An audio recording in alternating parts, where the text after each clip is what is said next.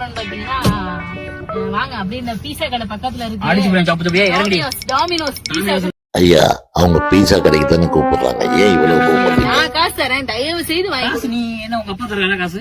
என்னுடைய உனக்கு எந்த காசு? புருஷன் இல்லாம எந்த காசு? வீட்டு செலவுக்கு வச்சிருக்க காசுல வீட்டு செலவுக்கு இன்னைக்கு கொடுத்துருவேன்.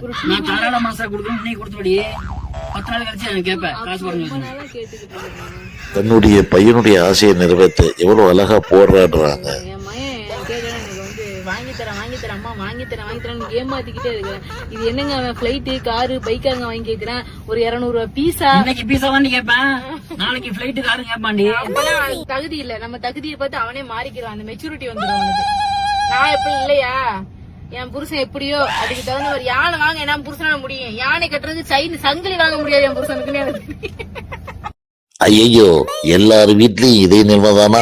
ஆசைகள் அப்படித்தான் இருக்கும். யானை வாங்கணும்டா, யானை வாங்கணும்னு வாங்கிட்டு வந்துருவிய, கட்டுறதுக்கு சங்கிலி இருக்காது.